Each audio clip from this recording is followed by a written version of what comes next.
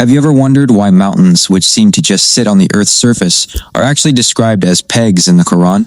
Is it true that mountains serve a critical function, almost like giant nails holding the Earth together? Don't worry. In this video, we're going to break it all down. No assumptions, no unfounded claims, just modern geological explanations that have been proven. So make sure you watch this video to the end to get the full picture. And before we start, don't forget to click subscribe so you don't miss out on other fascinating discussions about science and Islam. Alright, let's get into the core discussion. Before talking about mountains as pegs, we need to understand what exactly is meant by the word peg in the Qur'an. In Surah An-Naba, verses 6 and 7, Allah says, "Have we not made the earth as a wide expanse and the mountains as pegs?" The word used is atadan, which means pegs, stakes, or nails. In classical Arabic, a peg carries three important meanings. 1. Something that penetrates deep into the ground. 2. Something that supports or strengthens. 3. Something that stabilizes a structure, just like a tent peg prevents a tent from collapsing in the wind. So from the start, the word peg isn't just a metaphor. It describes form and function. There is a part visible above, but the largest cult actually lies beneath the Earth DDT's surface. And this is interesting, because now we will see how modern geology has discovered similar facts about mountains.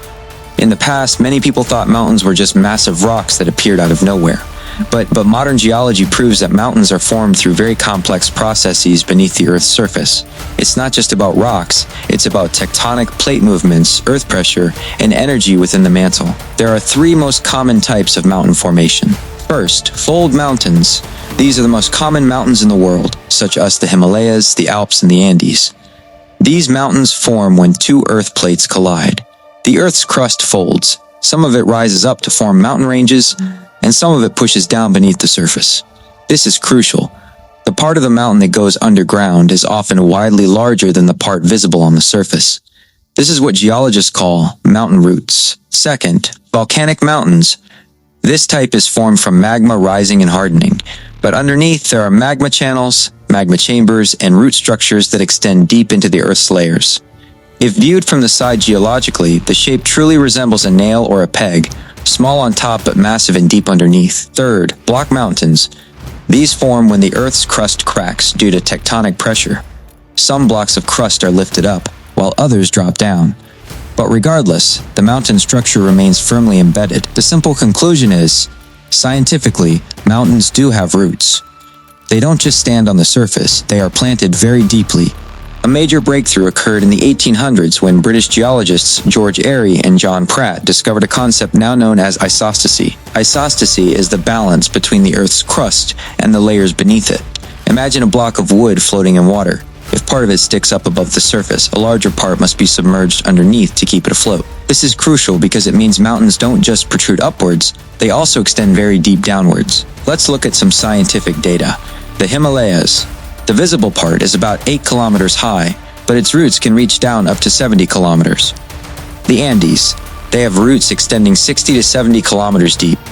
The Alps. Their roots are about 30 to 40 kilometers deep. This means the part of the mountain buried inside the earth can be 7 to 10 times larger than what we see. And if you're thinking, wait, doesn't that sound like a peg?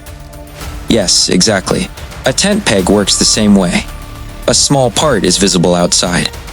A large part is buried inside, and its function is to maintain structural stability. Mountains work like that, but in a geological context. Now, we come to the part that often causes misunderstandings. Some people say mountains prevent earthquakes. That is incorrect. No mountain can prevent an earthquake, because earthquakes are caused by the movement of tectonic plates. The correct scientific explanation is, mountains help stabilize the Earth's crust in specific areas, not the entire planet. How does this work? First, mountains reduce horizontal pressure. When two tectonic plates collide, the horizontal pressure is immense. Without a massive structure to channel that pressure downwards, the crust could fracture much worse. Mountains, through their roots, act as a medium to channel that pressure. Second, mountain roots act as a, quote, counterweight. The roots provide gravitational balance. The part that sinks deep helps anchor the part that rises high. Geologists refer to this as a tectonic balancer. Third, mountains assist in isostatic adjustment. When there is new pressure, like a plate collision, the crust needs to adjust its vertical balance.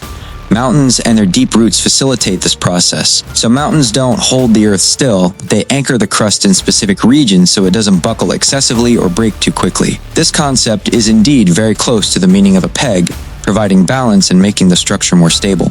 Now we enter the most interesting part. Does the Qur'an teach the theory of isostasy? No, the Qur'an was not revealed to explain geological details. But does the Qur'an's description contradict science? On the contrary, it is conceptually very aligned. When the Qur'an refers to mountains as pegs, there are three scientific correspondences. First, mountains are indeed embedded deep like pegs. This isn't just a theory, but a geological fact based on seismic and gravimetric data. Second, mountains do play a role as a stabilizer of the Earth's crust. Not a stabilizer of the whole planet, nor an earthquake preventer, but a local stabilizer for plate structures. Third, mountains have a mechanical geological function, not just aesthetics. Mountains are a vital part of the Earth's tectonic system. So when the Qur'an uses the word peg, it is an expression that is linguistically correct, meaningfully correct, and does not contradict modern knowledge. In fact, it accurately depicts a mountain structure that was only discovered thousands of years after the Qur'an was revealed. Now we can draw a simple conclusion. Are mountains like pegs? Conceptually, yes. Mountains have large, deep roots. Mountains help balance the pressure between plates. Mountains play an important role in the stability of the Earth's crust. People in the past might not have known about mountain roots. They only saw the top part, but the Quran chose the precise word, peg. An object small on top, large at the bottom, and functioning to stabilize. We don't need to force excessive scientific interpretation. We don't need to claim that the Quran explains isostasy in detail. No, but we can acknowledge that the Quran's description is accurate, beautiful, and does not contradict scientific knowledge. And that is where the beauty lies. Thank you for watching this video to the end. I hope this explanation of mountains as pegs adds to your insight into how the Quran describes nature with beautiful, meaningful language while remaining aligned with science. If you have ideas for other topics like the phenomenon of the unmixed seas or the secrets of the creation of the heavens and the earth, just drop them in the comments section. Don't forget to like, share, and click the subscribe button so this channel can continue to grow and provide useful content for you all.